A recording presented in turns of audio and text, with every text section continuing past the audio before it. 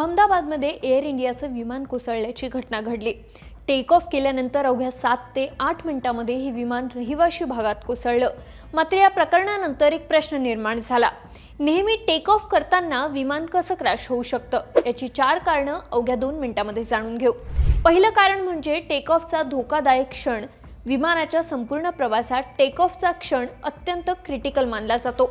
आंतरराष्ट्रीय रिपोर्ट्सनुसार जगभरात होणाऱ्या एकूण विमान अपघातांपैकी 35% अपघात हे टेक ऑफ दरम्यान किंवा त्याच्या थोड्याच वेळात घडतात। यावेळी विमान जमिनीवरून जास्त वेग घेत असतं, त्यामुळे अपघात होऊ शकतो।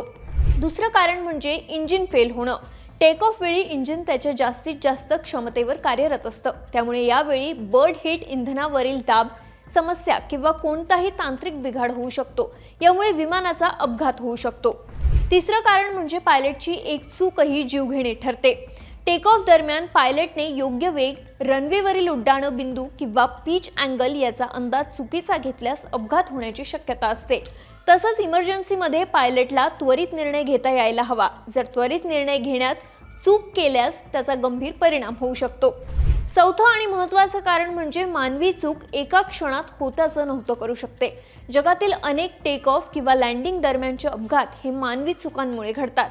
टेक ऑफच्या क्षणी प्रत्येक सेकंदाचं महत्त्व असतं, त्यामुळे कोणतीही हलकीशी गडबड सुद्धा जीवघेणी ठरू शकते। या अपघातात देखील विमानाचे कॅप्टन सुमित सबरवाल हे लाईन ट्रेनिंग कॅप्टन होते।